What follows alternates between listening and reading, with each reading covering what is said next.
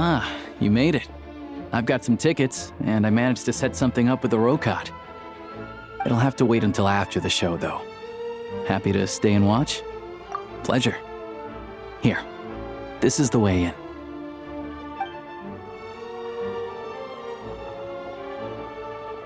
Please present yourself for a routine inspection in accordance with theater regulations.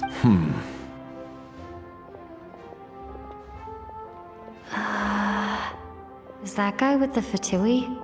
Okay, all done. Thank you for your cooperation.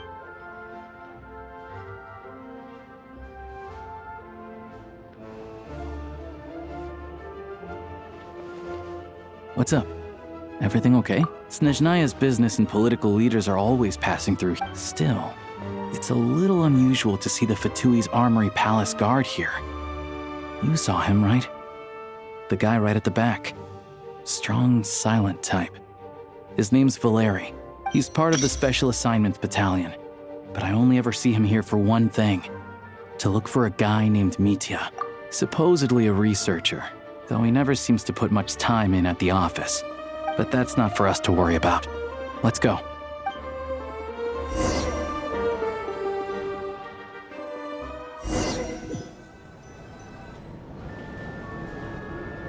What do you think? Pretty impressive, huh?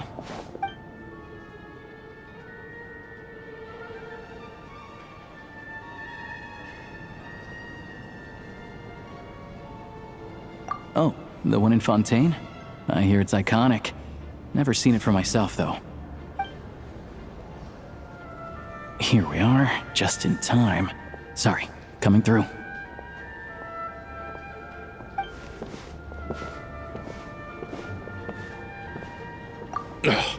If you're gonna show up late, keep your mouth shut. What's his problem? Whatever. No point arguing with people like that. Look, there she is. That's who I'm introducing you to later. She's the lead singer of the troupe, Vodyanitsa.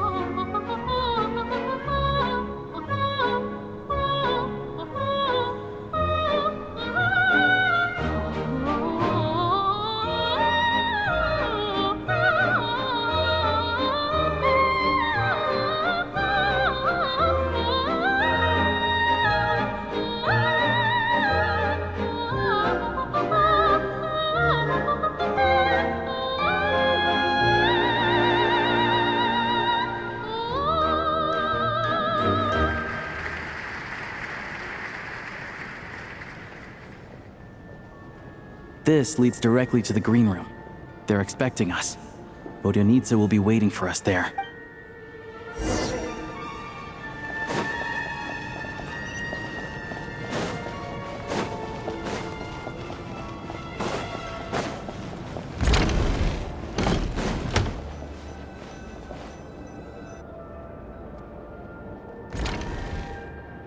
Hey there. Excuse me. Can you believe it? I'm so mad right now. Oh, it's you two. Huh? You know each other? Oh, wait. Is this who you were telling me about? The one you met yesterday and couldn't stop thinking about? I never said that. Yes, you did. Why are you denying it? It was right before I went on that rant about the moody factory owner. Might I ask what brings you two here?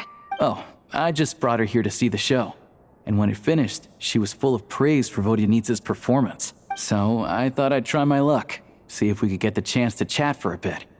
Maybe get an autograph?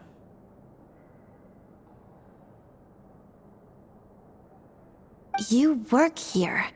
You of all people ought to know that's against the rules. It's not what the green room is there for. Oh, What's the big deal? Come on, don't be shy. I can give you an autograph. You can take a picture too if you want. Do as you please. I finished all my shows for the day. I'll leave you to chat.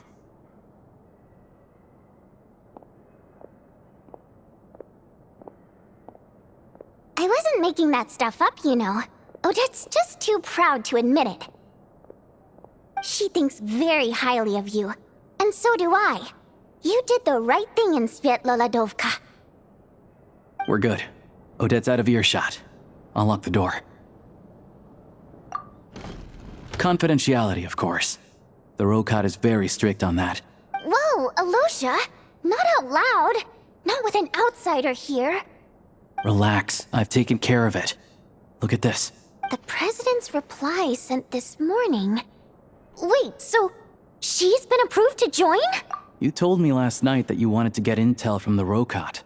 Unfortunately, Rokat intel is only available to members. But ever since you set foot in Snezhnaya, we've been working together. I've seen the way you work, your character, and your motives. Everything about you is perfectly in alignment with what we're trying to achieve in the Rokat. So I figured I might as well cut to the chase. I wrote a letter to the President explaining your situation, including just the right amount of detail. His approval came very quickly. Of course, it's still your decision whether you want to join or not. We'll respect your choice. Well, assuming Odette was telling the truth and she didn't misjudge you, I guess we don't need to worry about you blowing our cover. Still, you gave me a real fright. I didn't know that's why you came looking for me. So, that stuff you said about admiring my performance, was that just because Odette was here? Did you actually mean it? Now you're talking. That's what I like to hear. Anyway, let me give you a quick rundown of how things work. Like I said, the Rokat is a covert organization, and we hide our identities. Members typically don't meet in person or even know each other's identities. This helps us maintain a high level of independence and secrecy. Because of this, members are basically free to decide their methods without constraints, so long as the outcome of any activity doesn't violate the organization's principles. After all, we don't have any ostensible contact with each other. This way, if anything goes wrong, no one else will be implicated. Beyond the freedom to choose how you operate, it's also your choice whether to act at all. We have plenty of members who have yet to take any action. In short, joining the Rokat in and of itself won't place any restrictions on your activity in Snezhnaya. There's a code of conduct you can read if it interests you. But basically, as long as you don't plan on using your anonymity to go around doing evil, you'll be fine. I tried reading it 5 or 6 times. Never made it all the way through. Even the most lackluster script makes for more interesting reading. Great. Then I'll go grab an official application form. Be right back.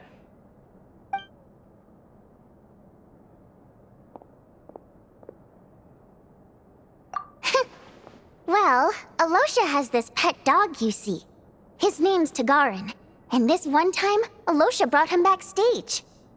Tagarin took quite a liking to me, so I played with him for a little bit and fed him. Then, the Rokat was out on a mission one day, and even though we were all in disguise, Tagarin recognized me right away.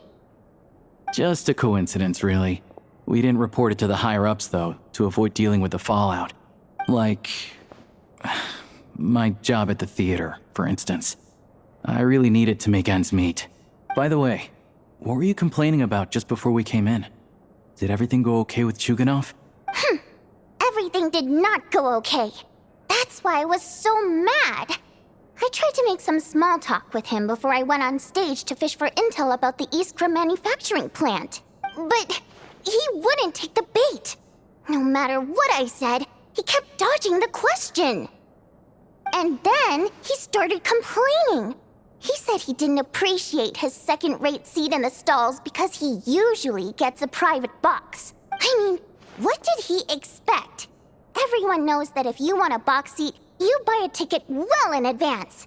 But I had to juggle things around just to get him a half-decent seat, hoping he would appreciate the gesture enough to share some information. But nope, He didn't give me anything. Yeah, meeting Chuganov in person has definitely been a disappointing experience. Oh, you probably don't know who we're talking about, do you? Chuganov was that older guy you were sitting next to today. I'm sure he didn't make a great first impression on you either. To the citizenry, he's a family man and a kind boss. But our interactions with him tell a very different story. It's one thing to ask for a favor, but he acts like it's his right. He always expects special treatment. Take the ticket situation, for instance. I've actually gotten him a private box in the past. But not only was he not even grateful, now he's acting like I've sold him short this time. Not to mention that he's never paid for a single one of his tickets. And another thing, if he's such a big family man, why doesn't he bring his wife and daughter to see the show once in a while?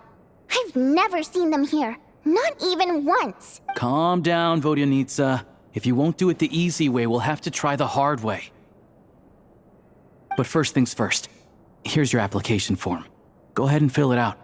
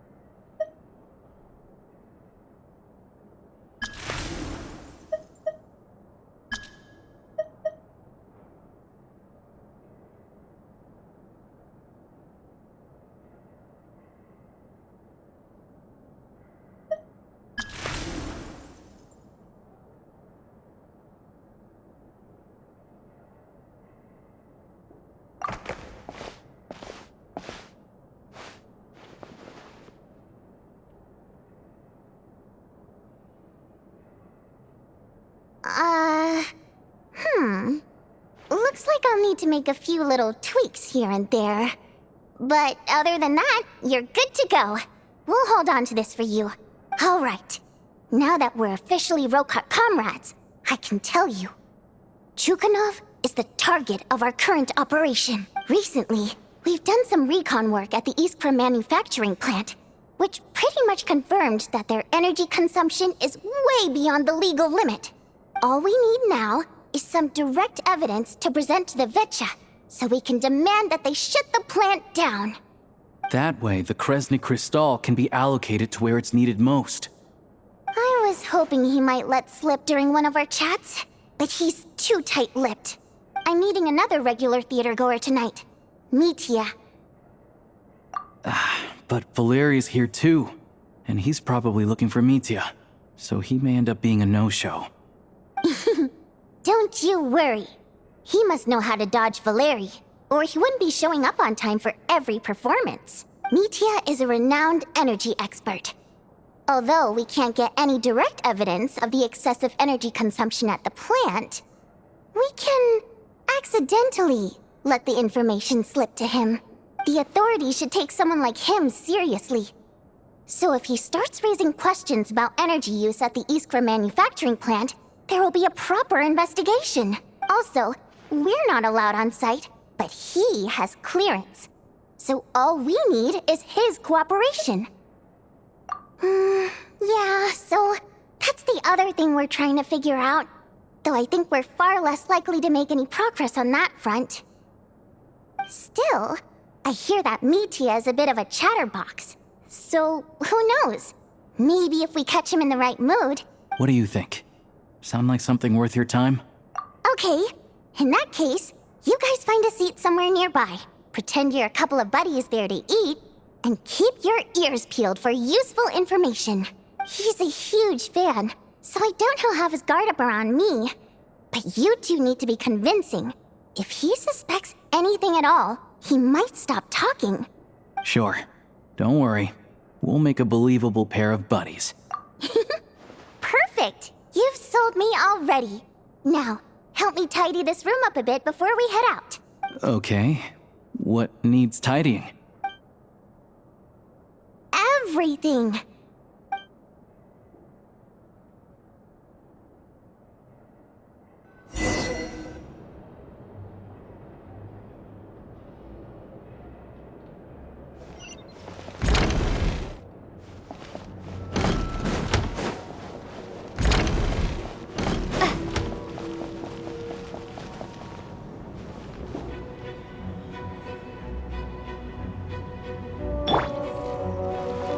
Together.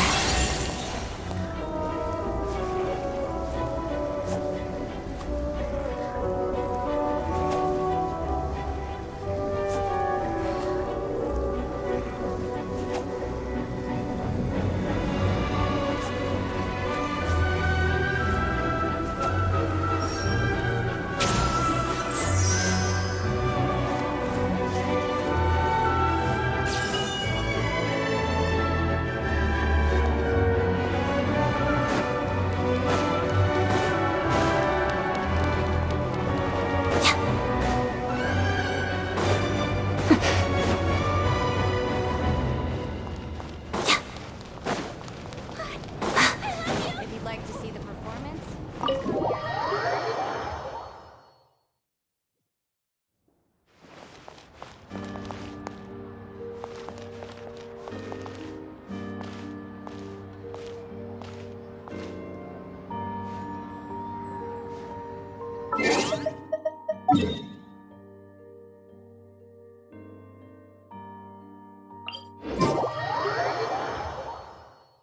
The snow in Snezhnaya is always bitterly cold, and it never seems to end.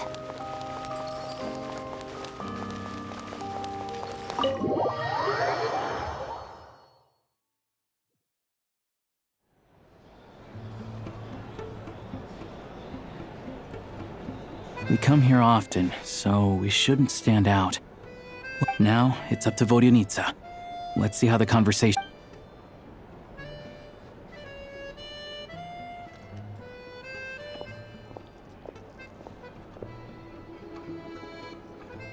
Mr. Mitya! Over here! Over here! Oh, sorry. I got a little held up on my way here. Now we have even less time than we planned. Go ahead and order some snacks and drinks, whatever you like. Let me see. According to my schedule, we still have 25 minutes left. You're really pressed for time today, huh? I was imagining this would be a leisurely chat. If you'd prefer, we can always reschedule for another afternoon when you have more time. No need. Getting to meet the lead singer is a very precious opportunity for me. I'm not about to pass it up. I've already had to decline your invitation several times because our schedules rarely align. If I don't grab this chance while it's here, who knows when the next one will come around? Well, it's very kind of you to make time just for me. I'm not too sure, to be honest. But Snezhnaya is full of weird and wonderful things like that, so people tend not to bat an eye. I'm sure the same will go for the Eye of Grey and Paimon. The reason I invited you out for tea and a chat today was to get some feedback from a true fan of the theater. Well, I genuinely have nothing bad to say. No matter how many times I hear you sing, it never gets old. Maybe it's because the more times I listen, the more details I notice. Thank you! I'm delighted to hear that. Could you give me any specific examples? Oh, yeah. The piece you sang today. For example, hey, what's with you? I'm just praising a good performance. I always used to find that such a bleak and lonely song. But the more you listen, the more you realize that it's not as cold and nihilistic as it appears. Wow, I'm impressed. I didn't expect you to pick up on that. Actually, I only tried out that angle after talking with a composer. Still, Beneath the Frozen River wasn't on today's program. Oh, really? But it's a classic. You sing it every time. Almost. Oh, well then, let me say a few words about that other all-time classic, Flying. I didn't sing that one today either. My voice wasn't quite up to it, so I switched it out at the last minute. Oh, but, Sorry, Mr. Mitya, but you were at the theater today, yes? of course I was. Remember? I said hello to all the troupe members before the show started. You, Odette, and the others. So what did Odette sing today? Elegy of the Snow-Winged Goose, of course. Correct. I see. I see. You find my singing boring, don't you? That's why you don't remember a single song. Looks like I'll need to cut a few from the program next time. No, that's not it. I swear. All right. I'll be straight with you. I'm sorry. My mind was wandering as you took the stage today. I enjoy watching your shows because the exquisite performances stimulate the mind. It always sparks some inspiration for my research. So, whenever I get stuck at work, I come to the theater for a change of pace. Odette's dance during the Elegy of the Snow-Winged Goose today was simply incredible. It got me wondering what she's been going through recently.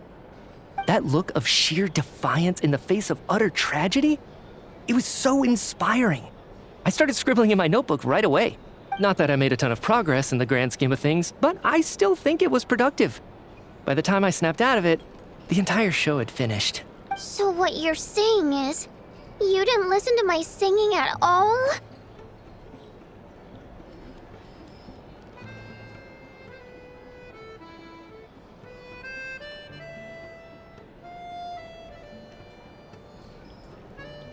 Unfortunately not. I'm sorry. I don't know which is more disrespectful. The fact that I don't always come for the show itself, or the fact that I missed your performance. Seems like things are getting a little awkward. Mitya just stepped into a conversational minefield.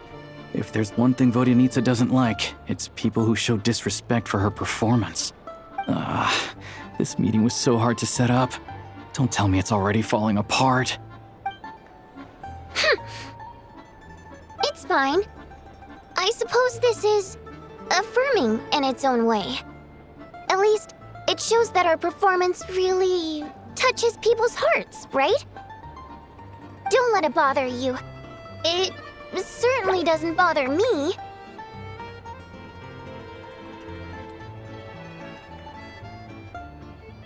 She's showing a lot of restraint.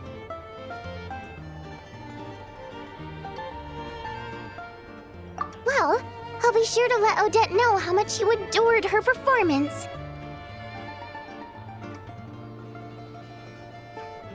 Please don't say that. I always love your performances too. It's just that inspiration struck at the wrong time today. I'm usually all ears. I know, I can tell. That's why I value your opinion. I'm sure some people can't stand it when others praise their coworkers right to their face, but not me. No, sir. Fair enough. I still feel kinda bad though. But you know what I really can't stand? People who only show up to the theater to pretend that they're cultured. Makes me sick to my Oh yeah, 100%. There are too many of those people around. By the time they're walking out the door, they've forgotten all about the show. What's wrong? You look furious. I don't know if you've heard about the boss of the Iskra manufacturing plant. He isn't even a theater investor, but he always demands the same privileges as actual investors. Box tickets only, premium drinks, even the right to request specific songs. Well played, Vodyanitsa. Seems like she's harnessing her rage to steer the conversation back on track.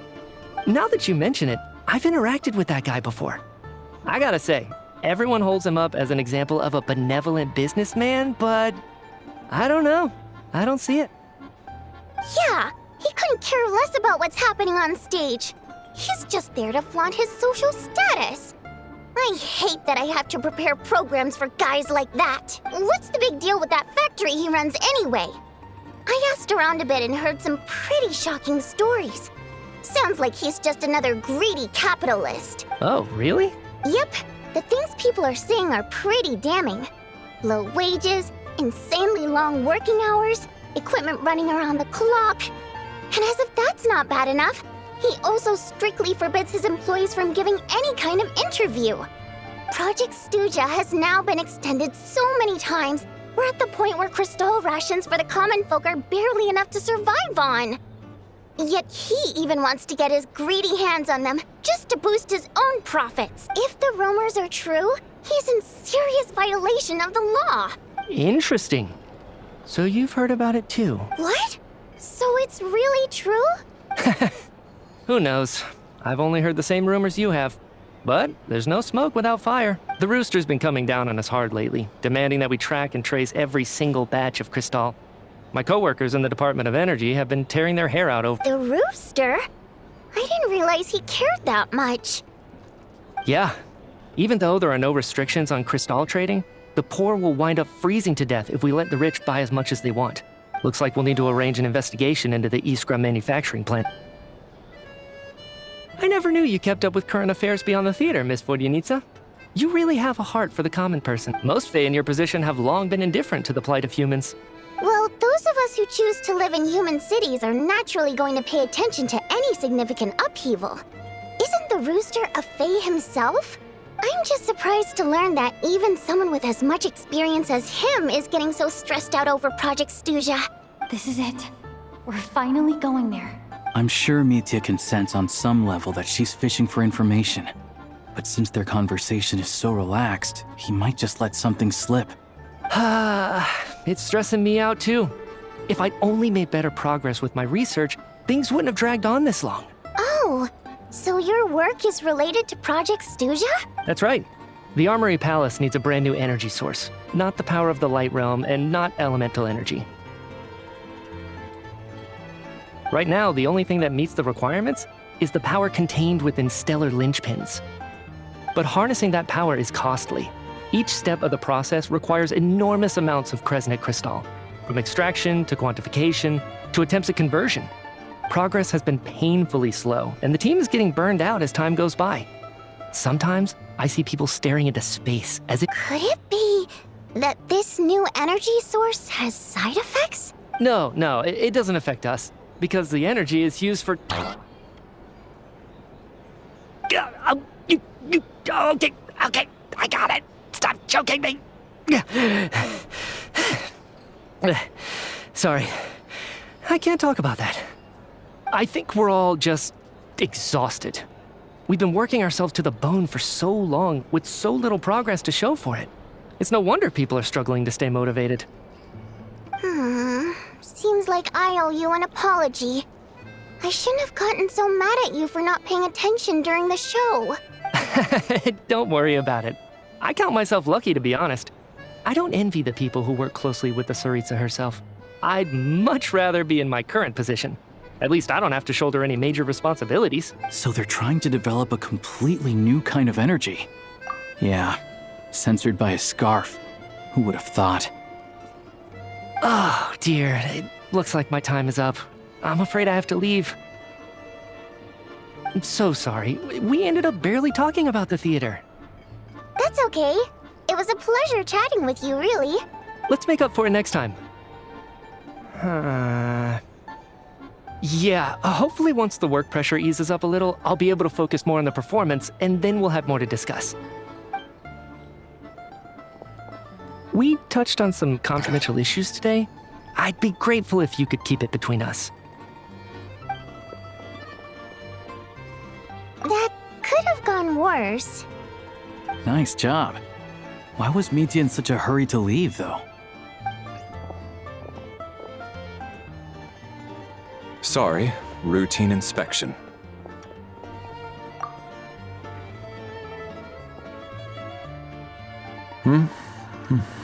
Okay, let's go.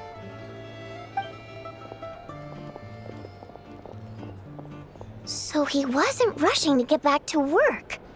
He must have calculated that Valeri would find him here in exactly 25 minutes. That's frighteningly accurate. One of the main duties of the Special Assignments Battalion is to ensure that important figures stick to their schedules. All right, time for us to get going too. Excuse me, check please. We'll settle our check too, then. Oh, hello there. Mr. Mitya paid the check before leaving. He also asked me to pass on a message. He said it was an honor to share his tea break with Miss Vodyanitsa and her 2 friends. Wait. So he knew we were here all along? This raises a lot of questions. Did he deliberately mention the new energy source so that we'd overhear it? Maybe his work isn't confidential after all. Maybe the key here is the purpose of this new energy. I get...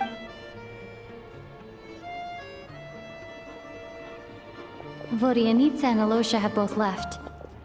Time to head back and call it a day.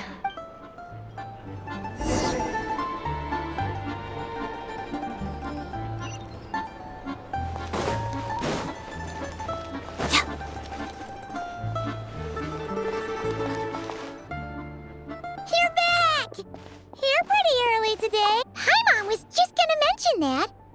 After she woke up today, Paimon felt like her temperature was completely back to normal. Still, there's some good news. Paimon thinks she might have figured out the source of the problem. It's like there's some kind of mysterious power affecting Paimon.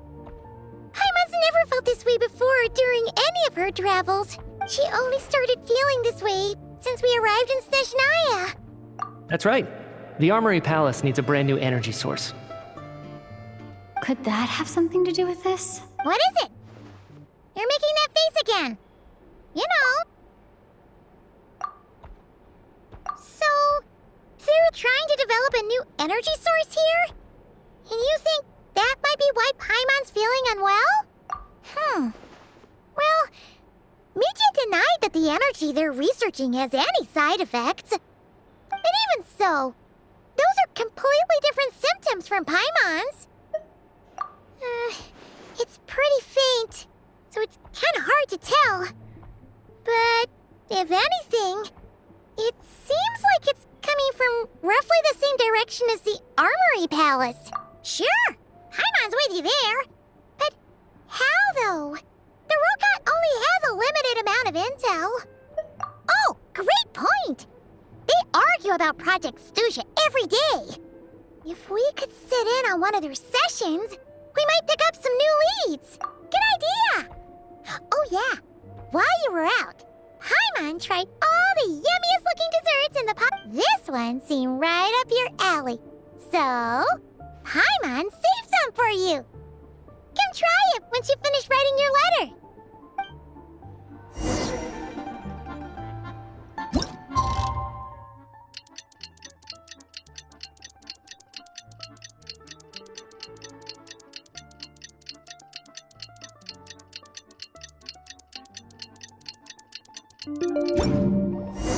Alosha replied. He says that we won't be able to speak at the Vecha, but he can arrange for us to attend as visitors. Time to get ready. Then head to the Snezhnaya Vecha.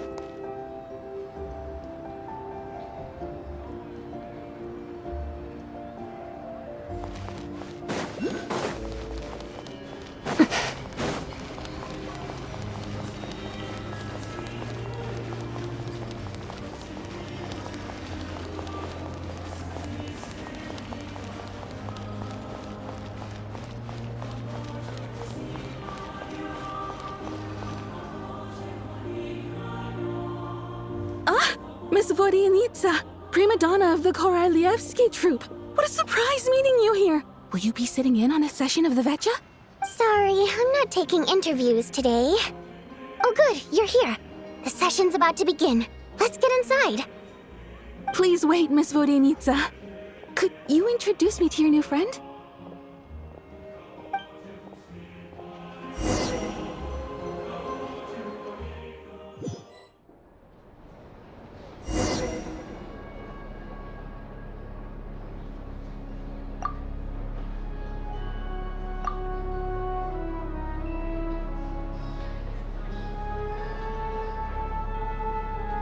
In summary, the energy management commitments made for the outgoing period have been delivered upon. Furthermore, both the production and consumption of Kresnik Crystal show clear signs of stabilizing. The relevant agencies have assessed the present circumstances and determined that the status quo can be sustained until the next period. For detailed statistics, I would refer you to the industry reports that have been distributed to all persons present. It should also be noted that while the recent blizzards have led to a significant increase in people's energy expenses, this is strictly a short-term phenomenon associated with a remotely located monster. Her Majesty the Tsaritsa is giving her full attention to this matter. We should have every confidence that it will be dealt with swiftly and conclusively. A financial report on disaster relief is also present in this report, courtesy of Pantalone. They cover the same old ground every single time. The rooster never seems to mind, but everyone else is getting tired of it. There's a general lack of trust. People aren't seeing any tangible benefits that affect them directly. Of course, none of that will be reflected in any of the reports on the table. Yeah, if it weren't for these hard copy documents, I could have at least made something up. Oh, don't mind me. I'm just out here trying to hit my interview quotas. Bring out the kvass. Ever read it? Best-selling newspaper in town. If I remember correctly, you guys don't even have a sales permit. You have to sell from stalls on the street. Okay then, best-selling street stall newspaper in town. Still counts. Order! We will now open the floor to the representatives. If there are no further substantive issues to discuss, we will then proceed to a vote on this motion. Snezhnaya has a long tradition of treating members of the Fatui armed forces and their dependents favorably. But recent surveys shows that Fatui families in remote areas have access to 15% less crystal than the average civilian family in Snezhnograd. It's been said many times before, but it bears repeating now. There needs to be a clear and consistent rationale behind how crystal is allocated, or we will soon face immense public backlash.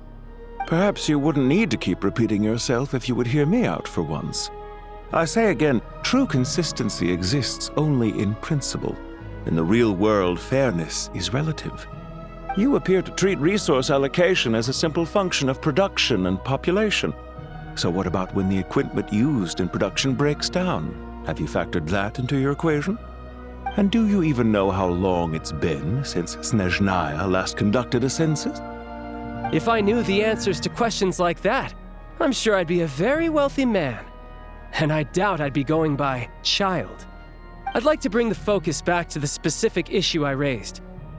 Or do you wish to deny that favorable treatment for Fatui dependents is our long-standing policy? It's easy to be a critic when there's no accountability. That seems to be a running theme in the anti-Project Stuja cohort. Defeat the ringleader and all other problems will magically resolve themselves.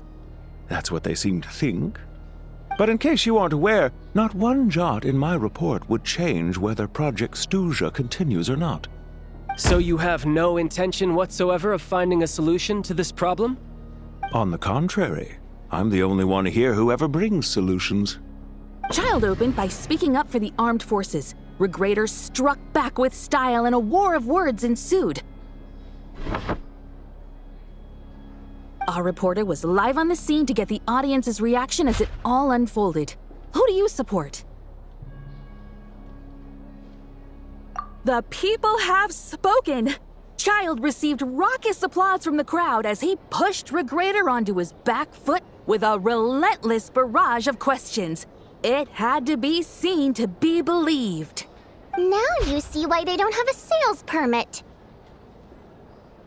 However this reporter wants to spin things, I haven't forgotten that Tartaglia was representing the Northland Bank when we first met in Liyue. So, surely their relationship can't always have been this strained. You two are getting off topic. Let's focus on what the data is saying. Mr. Pantalone, may I speak on your behalf? Oh, please do. I'm more than happy to save my breath. Crystal distribution policy undergoes modifications with each new period. The ultimate goal being to find the most reasonable method of allocation, which I believe is what Mr. Tartaglia also seeks.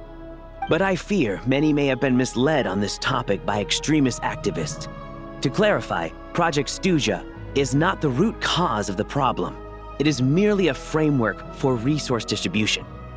The most recent reports all point to Snezhnaya's resilience and adaptability during this period of fine-tuning, and give clear indications that a distribution framework is improving with each iteration. To make drastic adjustments without first considering the risks would likely do more harm than good. It would be a waste of the hard-won experience we've gained to date.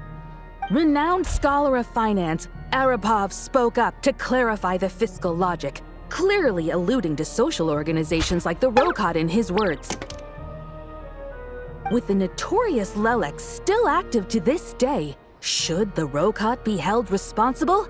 No, there is someone else to blame. She's just rephrasing what Mr. Pantalone said. The Rokot are the critics he accuses of taking no responsibility for their actions. As for Lilik, you won't have heard of him yet. He's currently the most famous member of the Rokot. Well, more like infamous. Ending Project Stuja has become an obsession for him. Unlike the more decent ones among us, he believes that votes in the Vetcha are all that matter.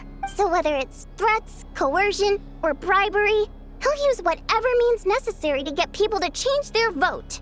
And since we're already on the subject, what do you think of Lelek's methods? Are you for or against?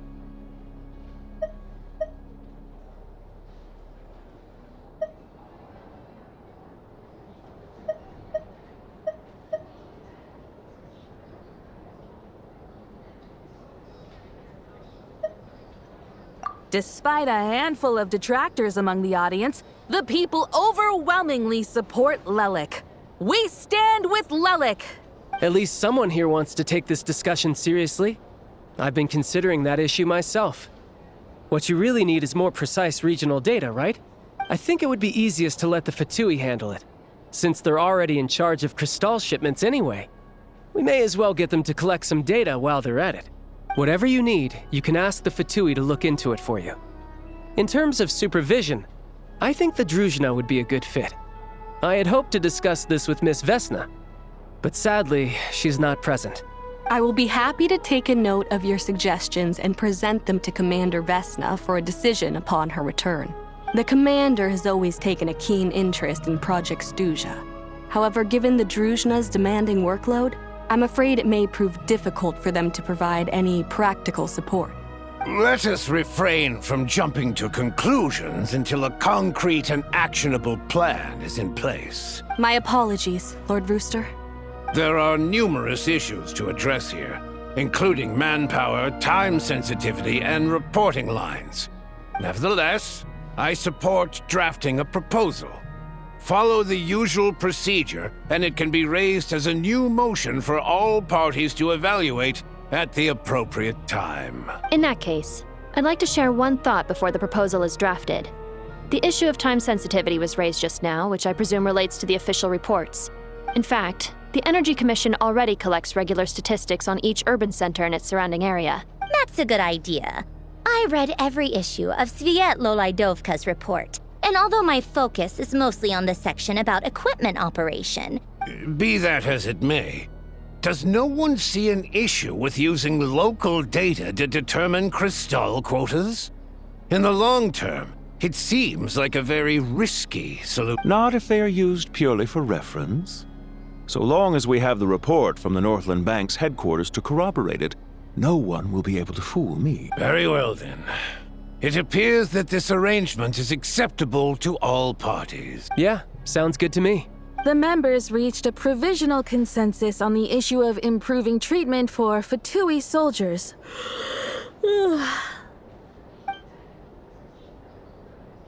Today, the prima donna of the Korailievsky troupe attended a session of the Snezhnograd Vecha in the company of a most charming young lady. Write anything like that again, and I'm revoking your permission to interview the troupe. Got it? Now then, if there are no further contributions from those present, we shall proceed to the final vote. Hey, check it out! What made him vote against? The votes have been tallied. Those in favor of continuing Project Stuja total 61%, securing a clear majority. That was too close. The margin has shrunk yet again. Chuganov was a huge loss. I'll bet Lelek is behind this. I wonder how Pulcinella will respond this time. Chuganov. I see. Lelek strikes again. Yes, go, Lelek. Once Project Stuja is defeated, our unwavering support at Bring Out the Kvass will finally pay off when we make our comeback. In accordance with the result of this vote, Project Stuja will remain in effect until the next Vecha period.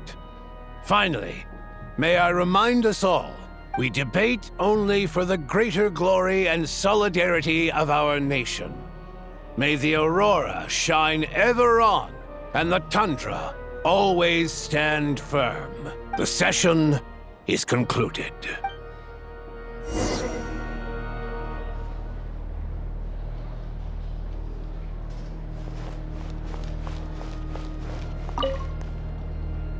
I have to say, I really wasn't expecting Chuganov to vote against Project Stuja. Well, in principle, Snezhnaya's business and political elites ought to be the ones least likely to oppose it. As we heard, Project Stuja is basically just a resource distribution framework that requires everyone to cut back during the winter. But even if the policy got cancelled, the Tsaritsa's energy needs wouldn't suddenly go down. The extra demand from the public would have to be filled from somewhere. So logically, the factories would have to take the hit. I got a letter from Mr. Mitya just before today's session. He said he's confirmed that there are issues around overtime and excessive energy consumption at the Iskra manufacturing plant. In a situation like this, once the Rooster receives the report, he'll order the factory to halt production and submit to an investigation before issuing a penalty. But that's a week-long process, and thus didn't make it onto the Vecha agenda this time. I don't think he suspects anything so far. Exactly. And as you know, he's a very selfish person. I was originally gonna try and flip him after he received notice of the official sanctions. My plan was to convince him that the whole thing was completely unfair. Rather than just sit back and take the hit while his factory stopped production, he'd be better off voting to end Project Stuja. At least that way, no one else would be able to make any money either, because all the factories would suddenly have more limited energy to work with. But now, he's already voted against it, which means someone must have used more forceful means to change his vote. Yeah, no one knows why Lelek is so obsessed with ending Project Stuja, but by the looks of it, he's inching closer and closer to success. Lelek must have strong motivations, given how he'll stop at nothing to achieve his goal. Maybe my next step should be to focus on him. Oh, right. What are your plans for the rest of the day? Shall we head out? Hey, comrade. I noticed you were here during the debate.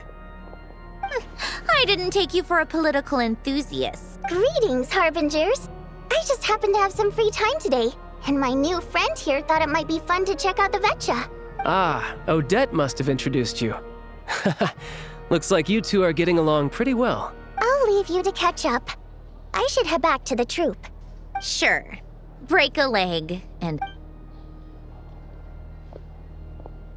Thought it might be fun to check out the Vetcha, did you? Things are never that simple with you, Traveler. There's no way you're here for kicks and giggles. Oh, yeah. To some, he's a captivating enigma. To others, he's the bane of their existence. No one ever thought that some anonymous nobody from the Rokot could cause such a stir. Huh? You want to look into Lelik? Then I'm sure his days of anonymity are numbered. What do you think, Sandrone? Fine by me, I guess. If the Traveler actually manages to expose Lelik, it'll be doing Pulcinella a favor. In return, it seems fair to let her in on what we've learned so far. My thoughts exactly. Sharing is caring, after all. Head back to Glupov and grab the files on Lelik. It's easier to just pull the records than go through the rigmarole of getting the Traveler a visitor's permit. As you command, child, sir. In that case, since we're going to be waiting anyway, I'll have someone brew a pot of black tea.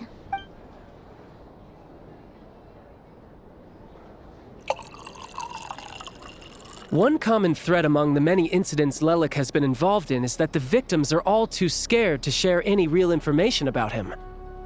Clearly, he must have threatened them in some way. His modus operandi is to silently infiltrate the scene and leave a threatening letter behind. But neither the letters nor the crime scenes ever yield any clues to his identity. So all these files have to offer are short statements by the people affected. If nothing else, it shows we're dealing with a trained professional who's versed in counter-surveillance. Yes, and to that point, he often strikes in highly secure locations. The victims are high-ranking and influential people who take their personal security very seriously. Somehow, Lelik slips right into their rooms without making a sound. There's never any eyewitnesses, nor the slightest trace of a break-in. If he can get in and out undetected, it means he can strike without warning.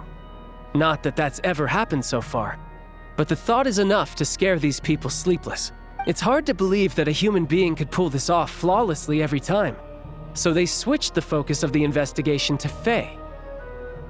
Careful, don't underestimate me. Although truth be told, I'd probably find it hard not to blow my cover. Direct confrontation is more my style. We haven't ruled out the possibility of Lelik being human. It's just, there can only be a handful of people in all of Teyvat who'd fit the profile. Faye, on the other hand, plenty would have the ability, but... No, not as strong as me. You'll never find the culprit with criteria like that. Let's go with a little weaker than me.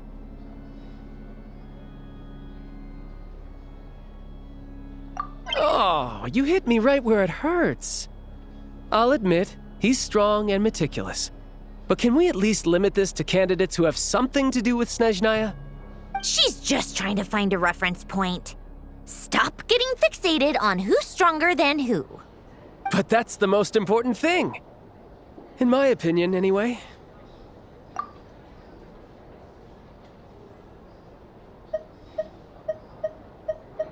Odette?